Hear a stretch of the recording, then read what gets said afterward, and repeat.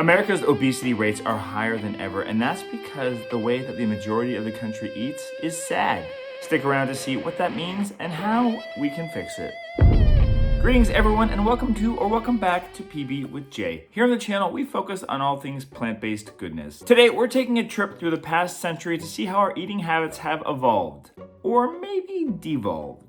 We're gonna look at the way that people ate before the standard American diet, or S.A.D, took over, how this diet became the norm, what it's done to our health, and most importantly, how we can break free from it and reclaim our health using things like a whole food plant-based diet.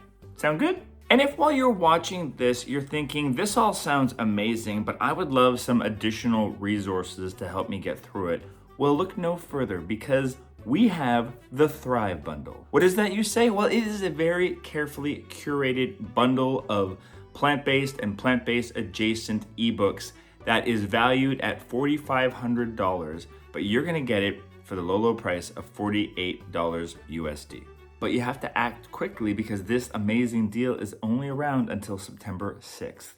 There's cookbooks, meal plans, guides, workbooks, online courses, yoga workout routines, mindfulness and meditation, as well as information on plants and gardening.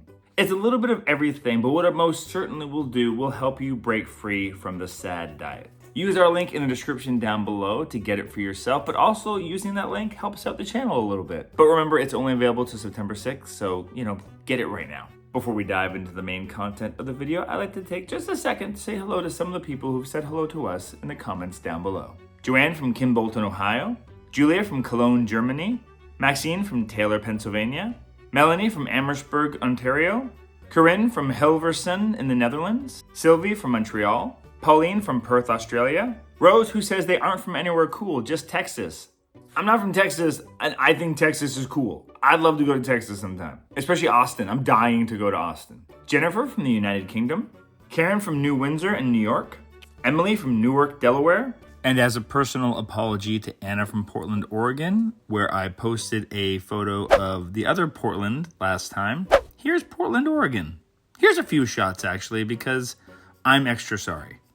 And last but not least, Jean, Shauna, and Francis from the Mighty Network. What is the Mighty Network, you ask? Well, it is essentially a group of like-minded individuals that is PB with J 2.0. You get early access to these videos, you get a bump up on that shout-out list, along with a lot of other awesome perks, but most specifically, you get access to our members community, which is full of lovely, wonderful people who accept you at whatever stage on your health journey you're at.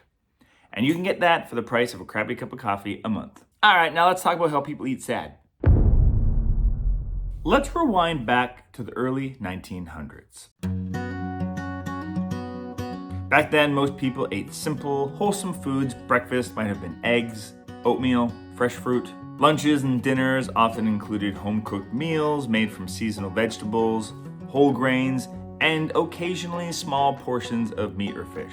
Snacks were likely an apple or a handful of nuts.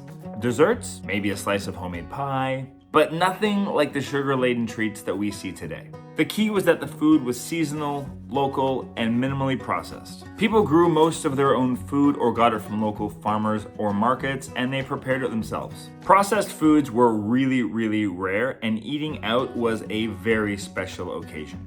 Not an everyday thing like it is for a lot of people today. This way of eating kept most people lean, strong, and healthy. So how did we go from a diet of wholesome, home-cooked foods to a diet dominated by processed and unhealthy foods? The story begins in the mid-20th century, right after World War II. America was booming, industries were expanding, cities were growing, and the population was skyrocketing. With all this growth came a need to feed people in a way that was quicker and cheaper. And that is where industrial food processing came into play. Farming had traditionally been family-run, small-scale, and labor-intensive, but after the war, technological advances in farming and food processing transformed agriculture forever. Tractors, chemical fertilizers, and pesticides made it so that farmers could grow crops on less land. The shift to large-scale monoculture farming meant that food could be produced in mass quantities and at a lower cost. I mean, that sounds good, right? Not so fast. Because as these farms grew, the variety of their crops shrank. Instead of diverse and nutrient-rich produce, the shift focused to just really a few cash crops, mostly corn, wheat, and soy. These were cheap to produce, easy to process, and because of that, they became the building blocks of an entire new food industry and diet. Enter processed foods. Companies began using these crops to create products that were cheap, long-lasting, and easy to prepare. Think sugary cereals, canned soups, and eventually the infamous TV dinners. And that is because Mary Lou knows that she can have a swell dinner ready in just 25 minutes. Right. And talk about easy. Well, she just pops Swanson TV turkey dinners in a hot oven. You know, they're oven ready in individual heat and serve trays. With Swanson TV turkey dinners, you just heat and you serve big and hearty slices of moist, tender Swanson turkey. But it wasn't just about technology. The food industry saw an opportunity. With traditional homemakers entering the workforce in large numbers, convenience became a key selling point. Companies marketed these processed foods as time savers for the busy modern family. Why spend hours cooking when you can just pop a meal in the microwave? And thanks to clever marketing, these foods weren't just convenient. They were sold as a symbol of modernity, progress, and the American dream.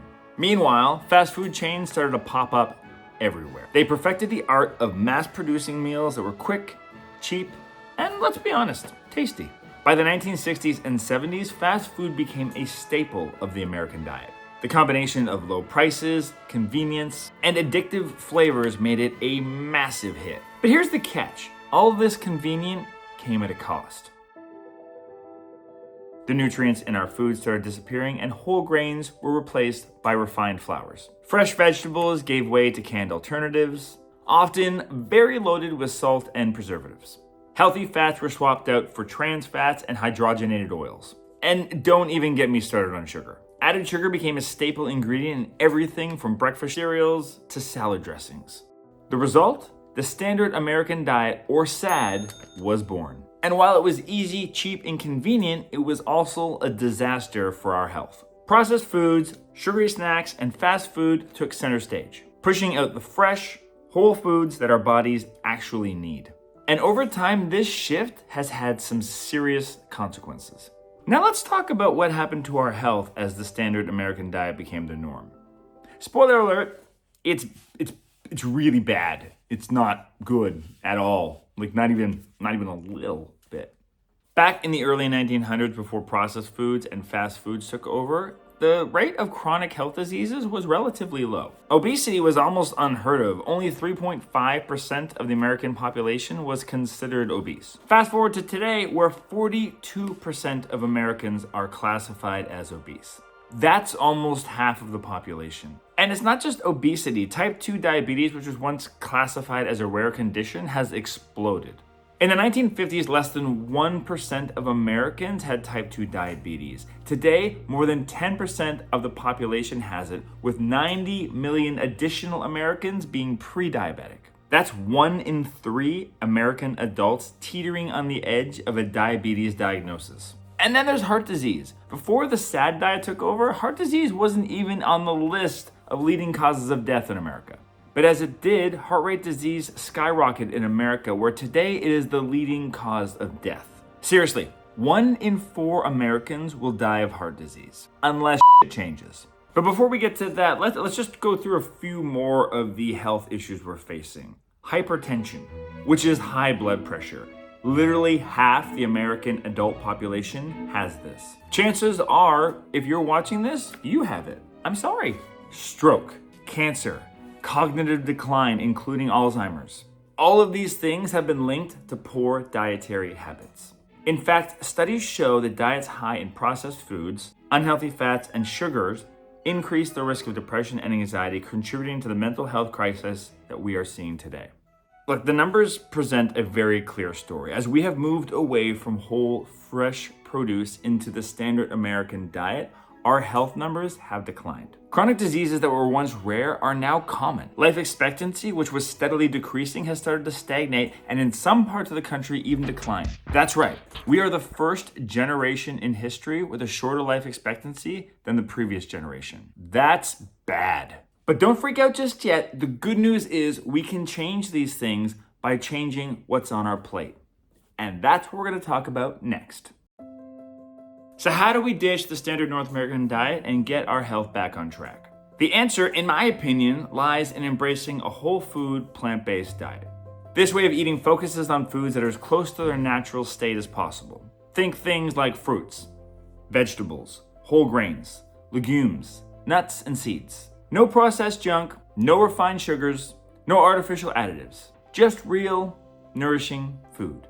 So why go plant-based? Well, research shows that a diet rich in whole plant foods can do wonders for your health. Even if you are on the far spectrum of unhealthy. Trust me, as someone who lost half of their body weight, I can tell you that nothing is irreversible. And by nothing, I mean like most things, because I don't know your individual specific case. But at the very least, it can help, I think. For example, it's been proven to help lower risks of heart disease, type 2 diabetes, as well as certain cancers. I can speak personally with saying that it helps with weight loss, inflammation, and yes, it can even improve your mental health. In fact, pretty much everyone that I know who follows a whole food plant-based diet reports that they have extra energy. They feel clear-headed and generally just better. Sounds hard, maybe even impossible, you say. Well, I can sit here and attest that it's not. I've been eating almost exclusively this way for the last 5 years, and I have lost half my body weight by doing so and have basically effortlessly kept it off. And if you're worried that eating this way seems like a punishment or homework, or that the food is gonna, suck, let me just tell you, it does not. We have a whole review series on cookbooks here, as well as our own recipes that are just proof that there are some delicious meals that can be made from eating whole food plant-based. I would argue the meals I'm eating now are far tastier than anything I ate before I started eating this way. And I know what you're saying, give me some examples. What are some of the things that I can expect to eat if I go whole food plant-based? Well, let's start with breakfast. Instead of reaching for sugary cereals or greasy bacon, consider something like a nutrient-rich smoothie. Or if you want to bump that up, turn that into a smoothie bowl by putting some oil-free, sugar-free granola on top of it. Want a recipe for that? I got a link in the description down below. In a meal like that, you're getting stuff like fiber, antioxidants, healthy fats, and a whole lot of flavor without any of the sugar crash. If you want a more savory breakfast, consider something like a tofu scramble. The beauty of something like this is you can put any vegetables you like inside of there and keep the ones out that you don't. Also got a recipe for that? Link in the description down below. You're welcome. For lunch, how about a quinoa and black bean salad? Quinoa is a complete protein, meaning that it has all the essential amino acids that your body needs. It's perfect. You throw in some black beans, some corn, some avocado, cilantro. You got a pretty good meal right there. It's hearty, satisfying, it's bursting with nutrients. And you want something more handheld? Take all that stuff and put it inside of a wrap. And dinner doesn't have to be complicated either. One of the main staples in our house is a stir fry, which is just take whatever vegetables you got in the fridge, cut them up, throw them in a pan, make a little sauce of whatever flavorings you want. You can make like a pad thai type sauce. You could make like a peanut ginger sauce, cook some healthy noodles or some brown rice, get some beans going, air fry some tofu, throw it all together, boom, delicious meal. I'll put some recipes for those kind of things in the description down below as well. The other thing that I love to make is just a heart-healthy soup with something like lentils in it. If you've got an Instant Pot, and even if you don't, a stove pot, really just throw a cup's worth of lentils with 6 cups worth of water or vegetable broth and like 4 cups worth of vegetables into a soup pot, crank it on high, let it go for 40 minutes, and you've got a fresh cup of soup. Throw in whatever herbs or spices you got, a little bit of salt and pepper, beauty. What about snacks? Let's toss out those cookies and chips and replace them with something a little bit better for ourselves. Crunchy veggies and a homemade hummus. Got a recipe for that in the description down below. And the worst case scenario, if you want something sweet and a little fatty, cut up some apple and have it with a nut butter of your choice. But don't pick those nut butters that are loaded with icing sugar. Seriously, read the ingredients, and if it has anything other than nuts inside of it, don't buy it. And if you want to go even simpler, just grab a handful of nuts. And by handful, I actually mean a handful. Like, don't have a cup of nuts. That's a lot of nuts. Same goes with dried fruit. Dried fruit is great. Just eat it in a limited quantity because those kind of things are just loaded with sugar as well. Want something that feels a little treatier? I have got a killer chia pudding recipe that I will link in the description down below that I have not met a person that doesn't love this thing. And it is healthy enough for a snack, but also breakfast and delicious as a dessert. And the worst case for a dessert, any fruit. Fresh, frozen, delicious.